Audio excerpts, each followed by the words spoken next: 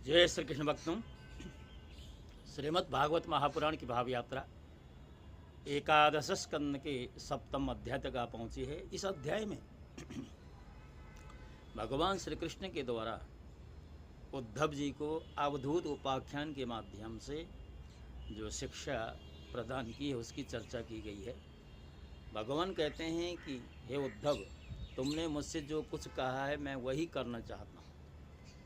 ब्रह्मा, शंकर और इंद्र आदि लोकपाल भी अब यही चाहते हैं कि मैं उनके लोकों में होकर अपने धाम को चला जाऊँ। पृथ्वी पर देवताओं का जितना काम करना था अब मैं उसे पूर्ण कर चुका हूँ। इसी काम के लिए ब्रह्मा जी की प्रार्थना से मैं बलराम जी के साथ अवतीर्ण हुआ था। अब यह यदुवंश जो ब्राह्मणों के शाप से भस्म हो चुका है, पारस्परिक फूट और युद्ध से नष्ट हो जाएगा। आज के 7वें दिन समुद्र इस द्वारकापुरी को डुबो देगा। उद्धव, जिस क्षण में मर्त्यलोक का परित्याग कर दूंगा उसी क्षण इसके सारे मंगल नष्ट हो जाएंगे और थोड़े ही दिनों में पृथ्वी पर कलयुग का आगमन हो जाएगा। जब मैं इस पृथ्वी का त्याग कर दूं, तुम इस पर मत रहना, क्योंकि साधु उद्धव, कलयुग में अधिकांश लोगों की रुचि अधर्म में ही होगी।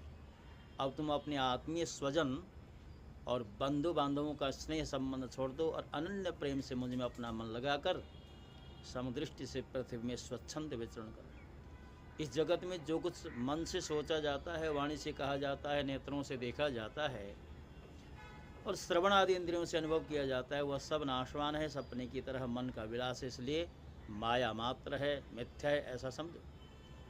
जिस पुरुष का मन अशांत है, असंयत है, उसी को पागल की तरह अनेकों वस्तुएं मालूम पड़ते हैं। वास्तव में यह चित्त का भ्रम ही है। नानात्व का भ्रम हो जाने पर यह गुण है या दोष, इस प्रकार की कल्पना करनी पड़ती है। जिसकी बुद्धि में गुण और दोष का भेद बैठ गया, दृढ़मूल हो गया है, उसी के लिए कर्म, अकर्म और विकर्म रूप भेद का प्रतिपादन होता है। इसलिए उद्धव, तुम पहले अपनी समस्त इंद्रियों को अपने वश में कर लो, उनकी बागडोर अपने हाथ में ले लो और केवल इंद्रियों की ही नहीं, चित्त की समस्त वृत्तियों को भी रोक लो और फिर ऐसा अनुभव करो कि यह सारा जगत अपने आत्मा में फैला हुआ है और आत्मा मुझ सर्वात्मा इंद्रियातीत ब्रह्म से एक है, अभिन्न है। जब वेदों के मुख्य तात्पर्य निश्चय रूप ज्ञान और अनुभव रूप विज्ञान से भलीभांति संपन्न होकर तुम अपनी आत्मा के अनुभव में ही आनंद मग्न रहोगे और संपूर्ण देवता आदि शरीरधारियों के आत्मा हो जाओगे,